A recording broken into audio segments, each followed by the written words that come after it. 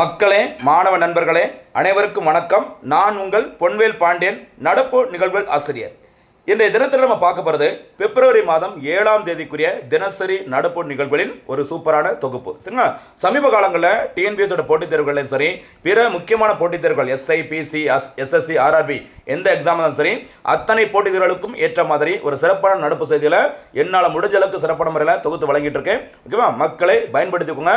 வரும் 2026 நம்முடைய அரசு பணியை உறுதி செய்ய வேண்டும். அதற்கான முயற்சிகளை நான் இப்போவே பண்ணிட்டு உங்களுடைய விடாமுயற்சியை நீங்கள் தொடர்ந்து பண்ணுங்க. நம்ம அரசு பணியை உறுதி செய்யலாம். சரிங்களா? இன்றைய தினத்தில் ரொம்ப ரொம்ப முக்கியமான செய்திகள் இருக்குமா, கொஞ்சம் வெயிட் பண்ணி பொறுமையாக பாருங்க. வழக்கு மேலே அப்படி தள்ளி விட்டு போயிடாதீங்க. சரிங்களா? எப்பவுமே பொறுமையாக யார் ஒரு பொறுமையாக வந்துட்டு எந்த ஒரு விஷயத்தை செய்கிறாங்களோ அவங்க கண்டிப்பாக தேர்வில் வெற்றி பெறுவது உறுதி.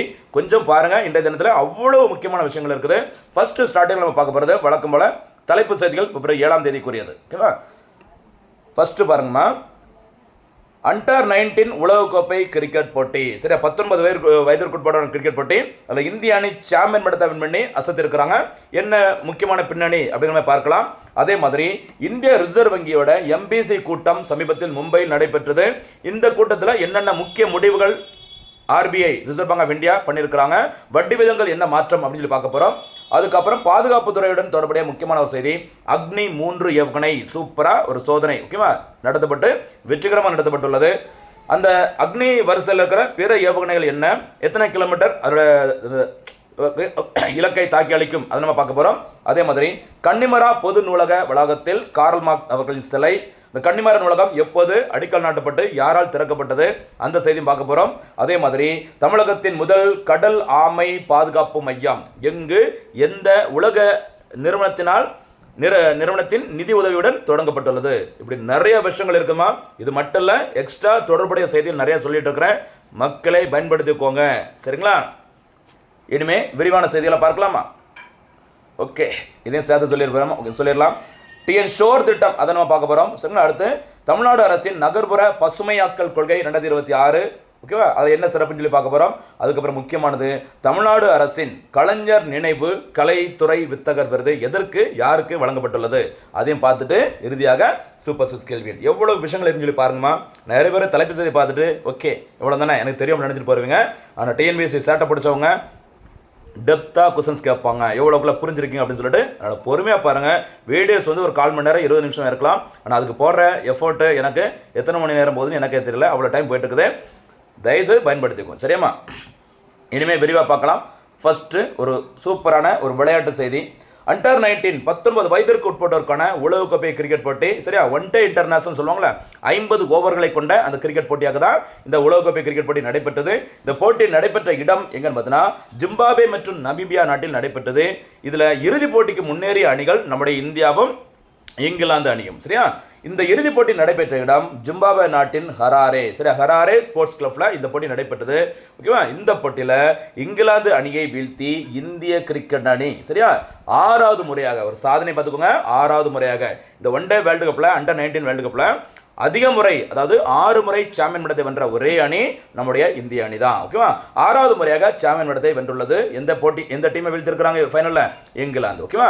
அதே மாதிரி இந்த இறுதிப் போட்டியில் ஓகேவா இந்திய அணி 411 ரன்களை குவித்தது. எத்தனை ரன்கள்மா? 411 ரன்களை குவித்தது. இந்திய அணி சார்பில் அதிகபட்சமாக சரியா சூரியவன்ஷி அவர்கள் ஒரு சின்ன பையன் தான். ஓகேவா? அருமையான சாதனை படிச்சுட்டு இருக்கிறாங்க. எதிர்காலத்தில் இந்திய அணிக்காக விளையாட போறாங்க. நோட் பண்ணிக்கோங்க. சரியா? சூரியவன்ஷி அவர்கள் 80 பந்துகளில் 175 ரன்களை குவித்து சாதனை படைச்சிருக்கிறாங்க. இதுக்கு முன்னாடி இந்திய அணி 2000, 2008, 2012, 2018, 2022 5 முறை வின் பண்ணிக்கிறாங்க. இது 6வது முறை. ஓகேவா? தற்போது சாம்பியன் பட்டத்தை வென்ற இந்திய அணியின் கேப்டனாக இருந்தவர் யார் பார்த்தீங்கன்னா அபிலாஷ் குண்டு அவர்கள். ஓகேவா? என்ன ஒரு கூடுதல் செய்தி, 2025ஆம் ஆண்டில் பெண்களுக்கான அண்டர் 19 T20 கிரிக்கெட் போட்டியில் இந்திய மகளிர் அணியானது தென்னாப்பிரிக்க அணியை வீழ்த்தி உலக சாம்பியன் பட்டத்தை வின் பண்ணது குறிப்பிடத்தக்கது. ரொம்ப முக்கியமான செய்தி. அண்டர் 19 அந்த ODI வேர்ல்டு கப் கிரிக்கெட் இந்திய அணி சாம்பியன். போட்டி நடைபெற்ற நாடு ஜிம்பாப்வே. சரியா? அடுத்தபடியாக ஒரு இந்தியன் எக்கனாமி, இந்திய பொருளாதாரம் தொடர்புடைய ஒரு முக்கியமான செய்தி. கொஞ்சம் பொறுமையாக வீடியோ பாருங்கம்மா. சரியா? இந்திய ரிசர்வ் வங்கியோட நிதி கொள்கை குழு எம்பிசின்னு சொல்லுவாங்களா, மானிட்டரி பாலிசி கமிட்டி அப்படி சொல்லுவாங்களாமா. இந்த எம்பிசி வந்துட்டு எப்பவுமே யார் தலைவராக இருப்பாங்க அப்படின்னு பார்த்தீங்கன்னா ஆர்பிஐயோட கவர்னர் யாரோ அந்த வகையில் இப்போதைய எம்பிசியோட தலைவர் யாரு? சஞ்சய் மல்கோத்ரா அவர்கள். அவங்க தான் ஆர்பிஐயோட தற்போதைய மற்றும் 26வது கவர்னராக இருக்கிறாங்க. சரிங்களா? இந்த எம்பிசி ஆனது ஆண்டிற்கு 6 முறை, குறைந்தபட்சம் 6 முறை, 2 மாதங்களுக்கு ஒரு முறை எம்பிசி அவங்களுடைய கூட்டத்தை கூட்டுவாங்க. சமீபத்தில் இந்த கூட்டம் நடைபெற்ற இடம் மும்பை. சரிங்களா? இந்த கூட்டம் எதற்காக நடத்தப்படுகிறது அப்படின்னு சொல்லி பார்த்தீங்கன்னா, இன்ஃப்ளேஷன் டிஃப்ளேஷன், பணவீக்கம் பணவாட்டம் எப்படி இருக்குதோ இந்தியாவில், அதை பொறுத்து வங்கிகளின் வட்டி விகிதங்களை மாற்றி அமைப்பதற்கு தான் இந்த கூட்டம் நடத்தப்படும். ஆண்டிற்கு 6 முறை, 2 மாதங்களுக்கு ஒரு முறை. சமீபத்தில் நடைபெற்ற இடம் மும்பை. இந்த சஞ்சய் மல்கோத்ரா அவர்கள் தலைமை நடைபெற்ற அந்த எம்பிசி கூட்டத்தில் என்னென்ன முக்கிய முடிவுகள் எடுத்திருக்கிறாங்க அதை பார்க்க போகிறோம். பாருங்க. ஃபர்ஸ்ட், ரெபோ விகிதம், சரியா, ரெபோ ரேட் அப்படிங்கிறது 5.25% தொடரும். அதே மாதிரி தலைகீழ் ரெப்போ விகிதம், சரி, ரிவர்ஸ் ரெப்போ ரேட் 3.35% தொடரும். வங்கி விகிதம், சரியா, பேங்க் ரேட் அப்படிங்கிறது 5.5% இருக்கும். அதே மாதிரி ரொக்க இருப்பு விகிதம் சொல்லுவாங்கல்ல, கேஷ் ரிசர்வ் ரேஷியோ 3% இருக்கும். அதே மாதிரி சட்டப்பூர்வ நீர்மை பண விகிதம், சரியா, ஸ்டாட்யூட்டரி லிக்விடிட்டி ரேஷியோ 18% இருக்கும். அப்படிங்கிற மாதிரி இந்த கூட்டத்தில் முடிவெடுத்துக்கிறாங்க. இன்னொரு சிறப்பு வீடியோவில் இந்த எம்பிசினா என்ன, அந்த repo rate, reverse repo rate, bank rate, CRR, SLR அப்படின்னா என்ன அப்படிங்கிற மாதிரி கிளியராக சொல்கிறேன். இப்போதைக்கு இது நம்ம போதும். சரி, அந்த சதவீதத்தை மட்டும் தெரிஞ்சுக்கோங்க. அதே மாதிரி இந்த கூட்டத்தில் இன்னொரு முக்கியமான அறிவிப்பு அறிவிச்சிருந்தாங்க. என்ன அறிவிப்பு அப்படிங்கிறத பாருங்கள். எம்பிசியோட கூட்டத்தில் 2025-26 நிதியாண்டில், சரியா, முடிய போகுதுல, இந்த நிதியாண்டில் இந்தியாவோட ஜிடிபி வளர்ச்சி விகிதம் 7.4% இருக்கும் அப்படிங்கிற மாதிரி முன்கூட்டியே கணிச்சிருக்கிறாங்க. அதே மாதிரி பணவீக்கம், சிபிஐன்னு சொல்லுவாங்கல்ல, கன்சியூமர் பிரைஸ் இண்டெக்ஸ், ஓகேவா, அந்த ரீட்டைல் அந்த பணவீக்கம் சொல்லுவாங்கல்ல, அது 2.1% இருக்கும் அப்படி சொல்லியிருக்கிறாங்க. இன்னொரு முக்கியமான அறிவிப்பு, இந்த சிறு குறு நடுத்தர நிறுவனங்கள் சொல்லுவாங்கல்ல, marginal small and medium enterprises, அந்த எம்எஸ்எம்இ நிறுவனங்களுக்கு வழங்கப்படும் அந்த பிணையில்லா கடன், சரிங்களா, இந்த ஒரு டாக்குமெண்ட்டும் இல்லாமல் வழங்கப்படுகிற அந்த கடன் வரம்பு 20 லட்சமாக உயர்த்தப்பட்டுள்ளது. இதுக்கு முன்னாடி அது 10 லட்சமாக இருந்தது. தற்போது 20 லட்சமாக இந்த மும்பையில் நடைபெற்ற எம்பிசி கூட்டத்தில் அறிவிச்சிருக்கிறாங்க. ஒவ்வொரு செய்திகளும் முக்கியம். அவ்வளோ கஷ்டப்பட்டு கரெக்டாக கொடுத்துட்ருக்குறேன். நீங்கள் இதுவே நிறைய நோட்ஸ் போயிட்டு இருக்குது, என்ன சார் டெய்லி அப்படின்னு நினச்சிங்க அப்படின்னா ஒன்றும் பண்ண முடியாது. சரியா? கஷ்டப்படுறவங்க மட்டும் தான் போட்டித் தேர்வில் ஜெயிக்க முடியும். கஷ்டப்படுங்க, கவனமாக இருக்கு. சரியா? அடுத்த முக்கியமான இந்தியன், சரியா, பாதுகாப்பு தொடர்புடைய ஒரு முக்கியமான செய்தி பாருங்க. அந்த ஏவுகணைகள் வந்து அப்பப்போ ஒரு கொஸ்டின்ஸ் கேட்பாங்க. அதுவும் முக்கியமாக அக்னி ஏவுகணை, சரியா, அக்னி 3 ஏவுகணை சோதனை வெற்றி பெற்றுள்ளது. இந்த அக்னி 3 என்பது, ஓகேவா, அக்னி 1, 2, 3, 4, 5 வரைக்கும் இருக்குது. இது அக்னி 3 ஏவுகணை. சமீபத்தில் ஒரு டெஸ்ட் பண்ணிக்கிறாங்க. இந்த சோதனை நடைபெற்ற இந்த அக்னி ஏவுகணையுடைய சிறப்பு, இது ஒரு நடுத்தர ரக பல்லிஸ்டிக் ஏவுகணை சோதனை. ஓகேவா? இந்த சோதனை நடைபெற்ற இடம் ஒடிசா மாநிலம். ஒடிசாவில் இருக்கிற சந்திப்பூர் அல்லது சண்டிப்பூர் ஒருங்கிணைந்த சோதனை தளம் சொல்லுவாங்க. இந்த சோதனை ஏவுகணையோட சிறப்பு என்னன்னு பார்த்தீங்கன்னா, உள்நாட்டிலேயே தயாரிக்கப்பட்டது. இது தவிர திட எரிபொருள் மூலம் 2 நிலைகளில் இயங்கும் திறன் கொண்டது இந்த அக்னி 3 ஏவுகணை. இந்த அக்னி 3 ஏவுகணையோட தாக்கும் தொலைவு, தாக்கும் திறன் எத்தனை கிலோமீட்டர் பார்த்தீங்கன்னா 3000 கிலோமீட்டர். சரி, 3000 கிலோமீட்டர் டிராவல் பண்ணி எதிரியோட இலக்கை துல்லியமாக தாக்கும் வல்லமை கொண்டது அக்னி 3. சரிங்களா? இது தவிர அதோட கூடுதல் செய்திகள் பாருங்க. இந்த அக்னி 3 ஆனது 1500 கிலோ, ஓகேவா, எடை கொண்ட ஆயுதங்களை சுமந்து செல்லும் திறன் கொண்டது. இதோட மொத்த எடை எவ்வளோன்னு பார்த்தீங்கன்னா 48,300 கிலோ. ஓகேவா? 3000 கிலோமீட்டர், அது மட்டும் ஞாபகம் வச்சுக்கோ, மறக்கக்கூடாது. ஓகேவா? சரி, இப்போ பார்த்தது அக்னி 3. அதே மாதிரி இங்கே பாருங்க, அக்னி 1 ஏவுகணையோட திறன் 700 கிலோமீட்டர் தொலைவில் உள்ள இலக்கை தாக்கி அளிக்கும் திறன் கொண்டது. அக்னி 2 அப்படிங்கிறது எக்ஸ்ட்ரா, ஓகேவா, 2000 கிலோமீட்டர். அக்னி 3ங்கிறது இப்போ நம்ம பார்த்த 3000 கிலோமீட்டர். அக்னி 4 ஏவுகணையோட வல்லமை 4000 கிலோமீட்டர். அக்னி 5 கண்டம் விட்டு கண்டம் எங்கனாலும் போய் தாக்கக்கூடிய வல்லமை கொண்டது அக்னி 5 ஏவுகணை. 5000 கிலோமீட்டர், சரிங்களா, இலக்கில் உள்ள அந்த இலக்கை கூட துல்லியமாக தாக்கும் திறன் கொண்டது அக்னி ஏவுகணை. நம்முடைய பாதுகாப்பு துறைக்கான ஒரு முக்கியமான ஒரு பிரம்மாஸ்திரம் அப்படி சொல்லலாம். அதனால கொஞ்சம் பார்த்து வச்சுக்கோங்க. ஒவ்வொரு அக்னி 1, 2, 3, 4, 5 எல்லாமே முக்கியம். எத்தனை கிலோமீட்டர் ரேஞ்சுக்கு போயிட்டு டார்கெட்டை அடிக்கும் அதை தெரிஞ்சு வச்சுக்கோங்க, மறக்கக்கூடாது. சரிங்களா? அடுத்தபடியாக தமிழ்நாடு தொடர்பான ஒரு முக்கியமான செய்தி, இதில் எக்கனாமிக்ஸும் உள்ள வருது, பார்த்துக்கோங்க. கன்னிமரா பொது நூலக வளாகத்தில் கார்ல் மார்க்ஸ் சிலை. சரியா? கார்ல் மார்க்ஸ் அவர்கள் தெரிஞ்சிருக்கும். சரிங்களா? கன்னிமரா, ஓகேவா, பாருங்க. கம்யூனிச தத்துவ ஞானி கார்ல் மார்க்ஸ் அவர்கள் ஜெர்மனி நாட்டை சேர்ந்தவர். இவருக்கான அந்த முழு உருவ வெண்கல சிலையானது, ஓகேவா, தமிழக முதலமைச்சர் திரு மு க ஸ்டாலின் அவர்களால் திறந்து வைக்கப்பட்டுள்ளது. திறந்து வைக்கப்பட்ட இடம் சென்னை எக்மோரில் இருக்கிற கன்னிமரா பொது நூலக வளாகம். சரிங்களா? இங்கே தான் திறந்து வச்சுக்கிறாங்க. பொது உடைமை தத்துவத்தின் பிதாமகனான மார்க்ஸ் தொழிலாளர் உரிமைகளுக்காக வாதிட்டவர். எந்த நாட்டை சேர்ந்தவர்? ஜெர்மனி நாட்டை சேர்ந்தவர். கார்ல் மார்க்ஸ் அவர்கள் எழுதிய புகழ்பெற்ற ஒரு புத்தகம் தாஸ் கேபிட்டல். பார்த்துக்கோங்க, சாதாரண ஒரு இன்ஃபர்மேஷன் தான். கார்ல் மார்க்ஸ் அவர்களுக்கு கன்னிமராவில் சிலைன்னு சொல்லிட்டு போயிருக்கலாம். ஆனால் அவர் யார், எந்த நாடு, எந்த புக்கு, அந்த புக் வெளியிடப்பட்ட வருஷம் எல்லாமே சொல்லியிருக்கிறோம். மக்களை பயன்படுத்திக்கோங்க. 1867 தாஸ் கேபிட்டல் அப்படிங்கிற புத்தகத்தை எழுதியிருக்கிறாங்க கார்ல் மார்க்ஸ் அவர்கள். நிறைய புக்ஸ் எழுதியிருந்தாலும் ரொம்ப புகழ்பெற்றது இந்த தாஸ் கேபிட்டல் தான். ஓகேவா? இவர் தான் கார்ல் மார்க்ஸ் அவர்கள் என்ன சொல்லுவாங்க? சமதர்ம பொருளாதாரத்தின் தந்தை அப்படி சொல்லுவாங்க. சார், சோசியலிஸ்டிக் எக்கனாமிக்ஸ் அப்படி சொல்ற அந்த பிரிவோட தந்தை அழைக்கப்படும் கார்ல் மார்க்ஸ் அவர்களுக்கு கன்னிமராவில் தமிழ்நாடு அரசு சார்பில் சிலை அமைக்கப்பட்டுள்ளது.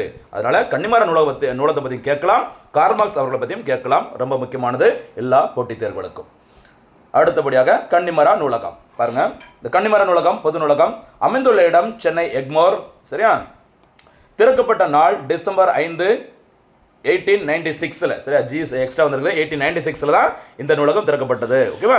இதற்கு அடிக்கல் நாட்டியவர், சரி, ஃபவுண்டேஷன் ஸ்டோன் வந்து லேட் பண்ணது யாருன்னு பார்த்தீங்கன்னா 1890ஆம் ஆண்டில் பாபி ராபர்ட் பேரன் கன்னிமரா அவர்கள். கன்னிமரா அவர்கள் தான் இதுக்கு வந்து அடிக்கல் நாட்டியிருக்கிறாங்க. 1890 கட்டுமான பணிகள் முடிந்து திறக்கப்பட்ட நாள் தான் எனக்கு 1896 டிசம்பர் 5, 2016 முன்னாள் முதலமைச்சர் செல்வி ஜெயலலிதா அம்மையாரின் நினைவு நாள்.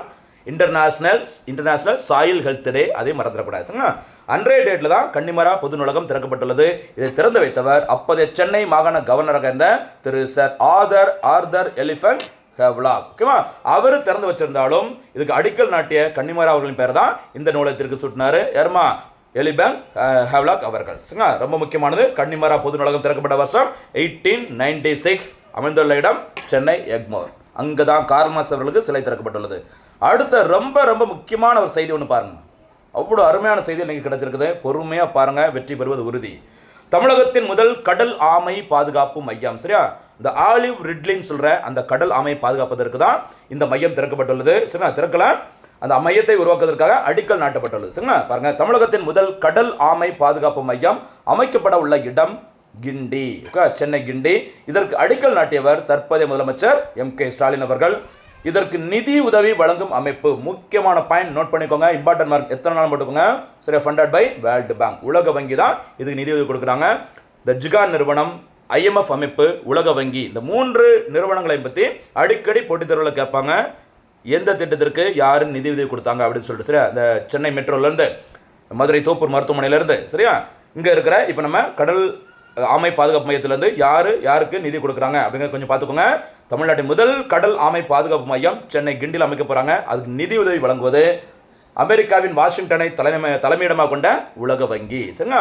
சரி, இது TN ஷோர் என்ற திட்டத்தின் கீழ், ஓகேவா, அழிந்து வரும் ஆலிவ் ரெட்லி வகை ஆமைகளை பாதுகாக்க ஆராய்ச்சி மற்றும் கண்காணிப்பு பணிகளை மேற்கொள்வதற்காக தான் இது அமைக்கப்பட உள்ளது. சரிங்களா? அதே மாதிரி இந்தியாவிலேயே இன்னொரு முக்கியமான செய்தி பாருங்க. இந்தியாவில் 5 வகையான கடல் ஆமை இனங்களை கொண்டுள்ள ஒரே மாநிலம் நம்முடைய தமிழ்நாடு தான். 5 வகையான கடல் ஆமைகளை கொண்ட ஒரே இந்திய மாநிலம் தமிழ்நாடு. ஓகேவா? ஓகே. உலக வங்கியுடன் இணைந்து தமிழ்நாடு நெய்தல் மீட்சி இயக்கம் என்ற ஒரு திட்டம் இருக்குது. இந்த திட்டத்தின் கீழ் தான் இந்த ஆமை பாதுகாப்பு மையம் அமைக்கப்பட உள்ளது. ரொம்ப முக்கியமானமா, எவ்வளவு செய்தின்னு சொல்லி பாருங்க. TN ஷோர் பார்க்குறோம், தமிழ்நாடு நெய்தல் மீட்சி இயக்கம் பார்க்குறோம், வேர்ல்டு பங்கு பார்க்குறோம். எல்லாமே முக்கியமானது.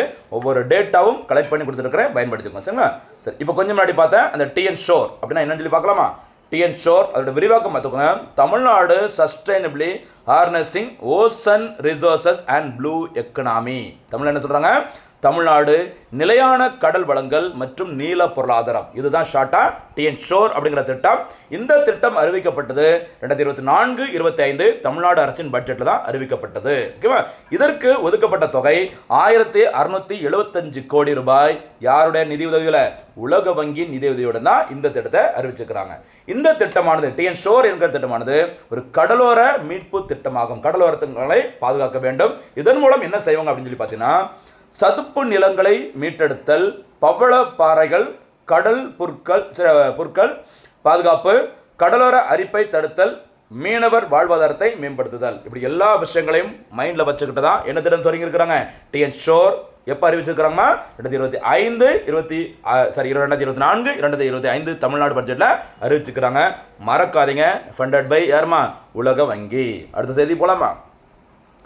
அடுத்து பாருங்க, இன்னொரு முக்கியமான செய்தி பாருங்க. தமிழ்நாடு மாநிலத்திற்கான நகர்ப்புற பசுமையாக்கல் கொள்கை